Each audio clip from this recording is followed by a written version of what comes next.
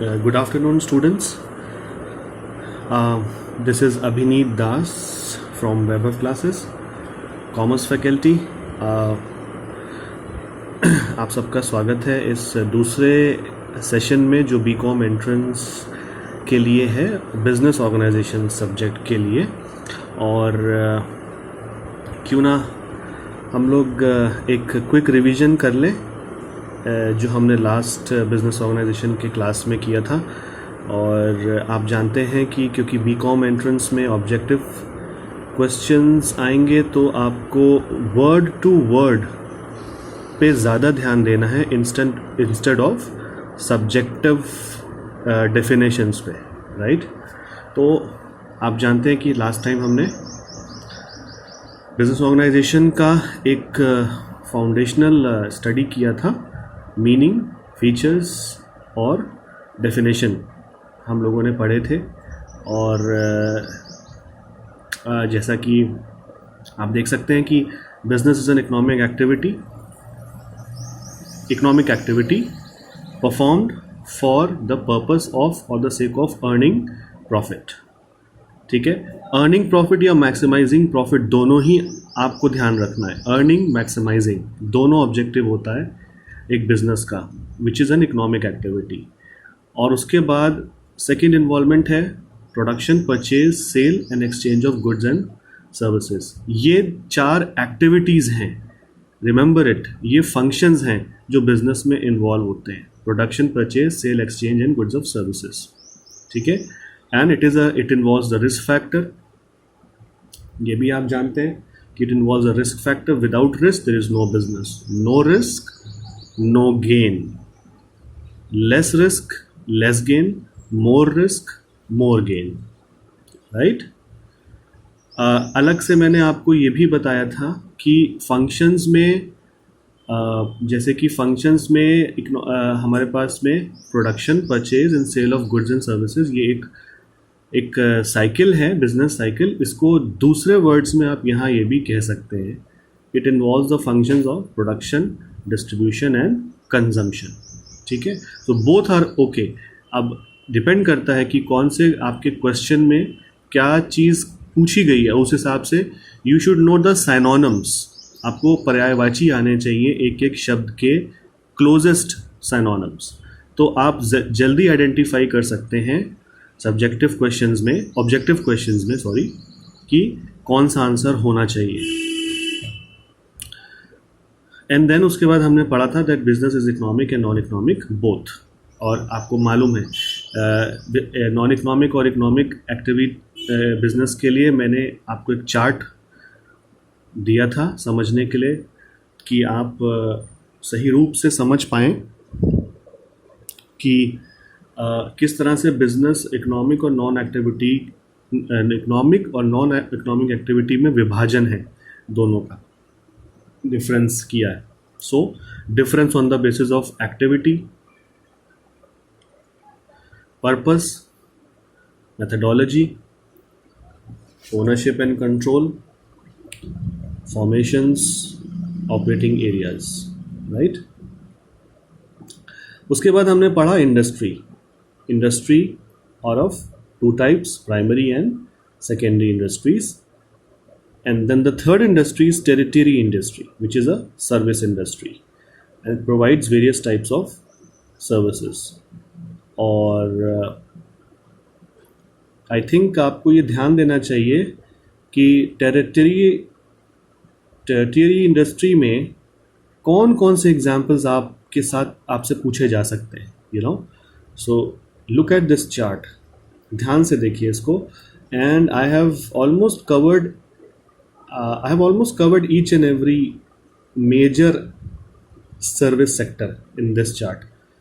ठीक है, और एक आपके लिए एक जनरल क्वेश्चन भी देखिए आपको मैं दे रहा हूँ यहाँ पे, जनरल नॉलेज का जो इस इंडस्ट्री से जुड़ा है, जो आप देख सकते हैं। The biggest area of expansion in service sector in the UK, United Kingdom, has been in financial and business services, right. According to the government statistics, 25 years ago, 1 in 10 people worked in this industry. 1 in 10. ठीक है, 10 में से एक इंसान service industry में काम किया है 25 साल पहले. Now it is 1 in 5. सो अब रेशियो क्या हो गया है और बढ़ गया है. मतलब अब 5 लोगों में एक इंसान चूज़ करता है सर्विस में जाने के लिए. तो it means it is a industry जो बहुत बूम अप हुई है, बहुत ब्लास्ट हुई है over the years. And it is also it basically India में ये सर्विस सेक्टर बहुत ज़्यादा टर्नओवर लेकर के आया है पिछले कुछ सालों में, specially because of involvement of this hospitality industry, hotels and restaurants. आप ध्यान रखिएगा ये बात. सो ऑब्जेक्टिव क्वेश्चंस में ये आ सकता है in the context of India and globally. आपके पास एक ये इंफॉर्मेशन है जनरल नॉलेज की. ठीक है. सो चार्ट वाइज अगर हम देखें, telecommunication, hospitality, mass media, public health, pharmacy, information technology. तो इसको ज़रूर से इसको रीड कर लीजिए. और अगर आप चाहें तो आप गूगल पे जाके भी एक लिस्ट निकाल सकते हैं, क्योंकि ये ऑब्जेक्टिव में ज़रूर ये आ सकता है. राइट. कोई भी एक इसमें से कोई भी एक ऐसा चीज़ लेके सेक्टर लेके आपसे पूछा जा सकता है, विच type of industry is this. Right.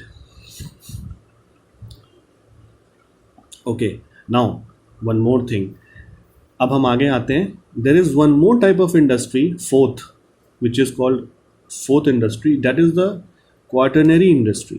Quaternary industry ये अभी रिसेंटली इन्वॉल्व की गई है in the branches of industries में. और ये इसलिए किया गया है because it involves research and development activities, जिसको हम शॉर्ट फॉर्म में R&D भी बोलते हैं. ठीक है. For example IT, information technology. अच्छा, अब आप ये सोचेंगे कि ये टेरिटरी में इंडस्ट्री में क्यों नहीं है, ये क्वाटरनरी इंडस्ट्री में क्यों इन्वॉल्व किया गया IT को. So as I already said, it is based on the knowledge. It is based on research and development. जहाँ पे ध्यान रखिएगा, जहाँ पर professional skill, knowledge based skill required है, वो इंडस्ट्री या वो सेक्टर या वो जॉब क्वाटरनरी इंडस्ट्री के अंडर में आएगी. जैसे कि IT में एक प्रोफेशनल चाहिए होता है, हाईली टैलेंटेड, जिसको कि professional knowledge, foundational knowledge, advance knowledge होनी चाहिए अपने सब्जेक्ट के बारे में. So right, this is why it is called quaternary industry. It includes knowledge oriented economic sectors such as information technology, media and research. In this field, people not relying directly on their abilities to collect raw materials or turn them into product. Instead, they rely on their education and intelligence to generate and operate advanced technologies. अब आपको समझ में आ रहा होगा, यहाँ पर एक इंसान अपनी एजुकेशन और इंटेलिजेंस, या बोल सकते हैं IQ, एजुकेशन, इंटेलिजेंस या IQ के आधार पर अपनी एक्टिविटीज़ को परफॉर्म करता है, which is on the advance level, and it is directly involve with technological process. What process? Technological process. तो अंडरलाइन कर लीजिएगा इस चीज़ को. आप चाहें तो ये शीट मुझसे ले सकते हैं जब भी हमारी कोचिंग खुलेगी, या आप मुझे ईमेल भेज सकते हैं. अपना ईमेल भेज दीजिए तो I can give you these notes so that you can study at home. Most of the quaternary industries in the United States are those involving computer and information technology. So now you know a basic idea what quaternary industry means. For example, IT specialist, देखिए यहाँ पे कुछ नाम दिए हैं. Technology developers, information sharing experts and professional bloggers. Bloggers means आप देख रहे हैं आजकल सोशल मीडिया पे बहुत छाया हुआ है, जैसे कि फेसबुक, इंस्टाग्राम.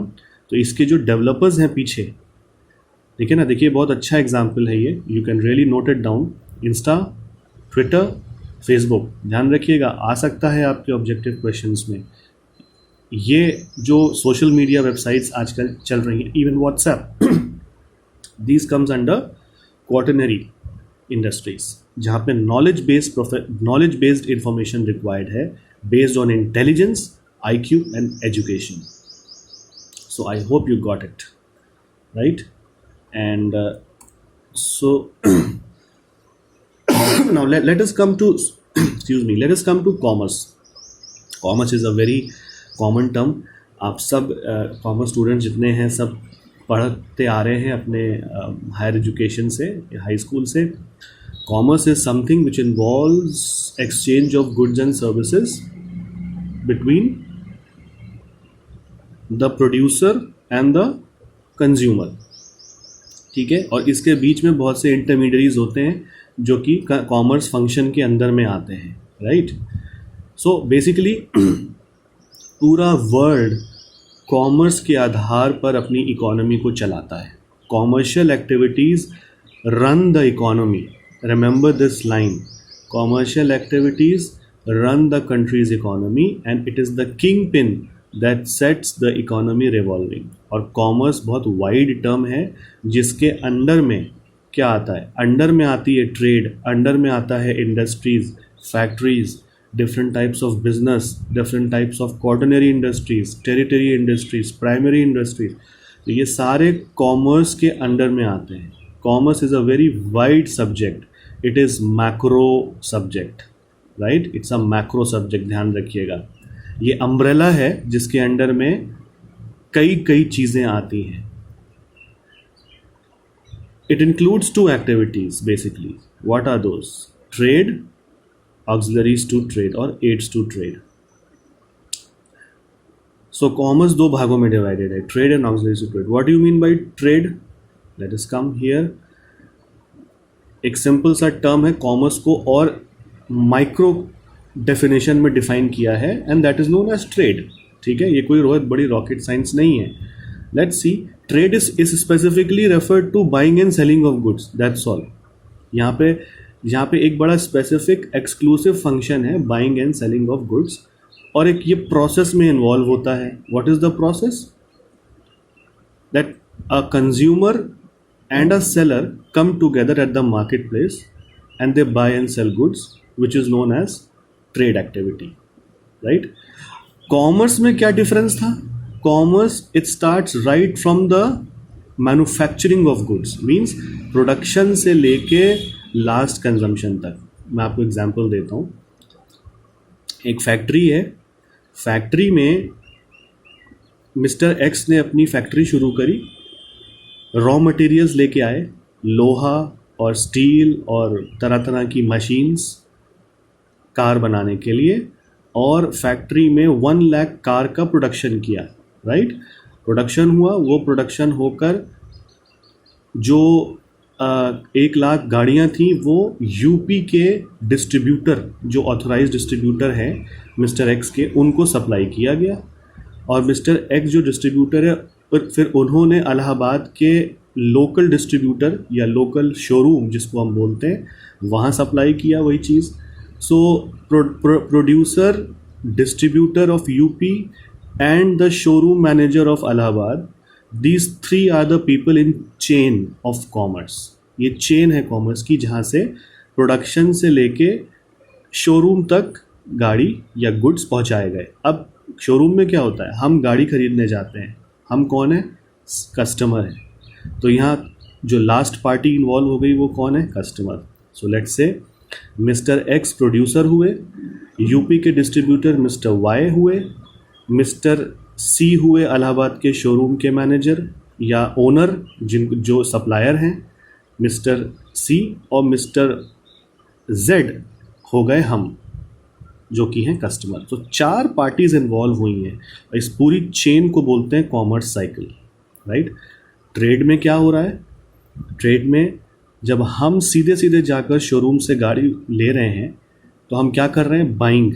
और सेलिंग कौन कर रहा है? जो उस जगह का या उस शॉप का, शोरूम का, उस मार्केट प्लेस का ओनर है, राइट। सो वहाँ पे सीधे सीधे directly exclusively buying and selling of material या गुड्स हो रही है। इवन सर्विसेज भी हम इसमें ले सकते हैं। I hope you got the point. Now next thing is trade can be of 2 types, internal और डोमेस्टिक। इंटरनल आप समझते हैं which is within the wholesale और the retail, which is within the it should be within the state, city or a country, or domestic within the country boundaries, ठीक है, जैसे domestic flights होती हैं, right, with in the country boundaries. It is further divided into wholesale trade and retail trade. Wholesale आप जानते हैं, जब एक मास प्रोडक्शन या मास प्रोडक्शन फैक्ट्री होलसेलर को सप्लाई करती है अपने सारे गुड्स फर्दर डिस्ट्रीब्यूटर को देने के लिए, that is called wholesale trade. So wholesaler supplies the goods further to distributors और अदर मार्केट चैनल्स जहाँ से कंज्यूमर तक को गुड्स पहुँचते हैं. ये आगे आप देख रहे हैं रिटेल ट्रेड. रिटेल ट्रेड का मतलब जहाँ पे फाइनल कंजम्पशन ऑफ गुड्स होता है. रिटेलर मतलब seller, retailer means seller, right. तो ध्यान रखिएगा, डोमेस्टिक और इंटरनल ट्रेड की चेन क्या है, क्या चेन हुई, producer, wholesaler, distributor, retailer, consumer. Right it down, ठीक है. एक्सटर्नल, उसके बाद सेकंड है एक्सटर्नल और इंटरनेशनल ट्रेड और ऑल्सो फॉरेन ट्रेड. समझ में ही आ रहा होगा आपको कि फॉरेन ट्रेड का मतलब होता है विच इज़ परफॉर्म्ड बिटवीन 2 और मोर देन 2 कंट्रीज. इस ट्रेड को आप ग्लोबल ट्रेड भी कह सकते हैं, ग्लोबल ट्रेड. तो कौन से 3 वर्ड्स आपको मिले, इंटरनेशनल, फॉरेन, एक्सटर्नल और ग्लोबल ट्रेड. यहाँ पे क्या है, यहाँ पे 2 से ज़्यादा कंट्रीज इन्वॉल्व हैं, ध्यान रखिएगा, 2 और मोर देन 2 कंट्रीज. जहाँ पे कौन सी एक्टिविटीज़ हो सकती हैं, ट्रेड और कॉमर्शियल एक्टिविटीज़. और इसको टर्मिनोलॉजिकली क्या बोलते हैं, import and export of goods and services. आयात और निर्यात, आयात और निर्यात, ठीक है, ये इंपोर्ट एंड एक्सपोर्ट कहा जाता है बिटवीन द जो कंट्रीज़ में ट्रेड एक्टिविटीज़ की जाती हैं उसमें, right. Okay, so we are done till here, right. So, and let's quickly just do this also, aids to trade. So you know what is trade. Now we come to aids to trade, means auxiliary to trades. इसको ये भी कह सकते हो आप allied services, right. जैसे agriculture होता है, एग्रीकल्चर के साथ अलाइड एग्रीकल्चरल एक्टिविटीज़ होती हैं, farming, poultry and goat rearing, fish rearing, all these things जो फार्मिंग से हटके हैं बट पीछे बैक हैंड पे सपोर्ट देती हैं, काम करती हैं. So that is why trade main activity क्या है, बाइंग एंड सेलिंग या exchange of goods and from between seller to consumer. और एड्स टू ट्रेड में क्या है, जो बैक हैंड में काम करती हैं इस ट्रेड को पुश करने के लिए कि ये चलती रहे smooth. What are those services, those are called services and activities both, आप इसको कह सकते हैं. इसको आप असिस्टिंग ट्रेड भी कह सकते हैं क्योंकि ये असिस्ट करती है ऑक्सिलरी के रूप में ट्रेड को. और it includes following activities. What are those activities? Transportation, banking, insurance, warehousing, advertising. समझ में आ रहा है, बहुत क्लियर शब्दों में बड़ा अच्छा लिखा हुआ है.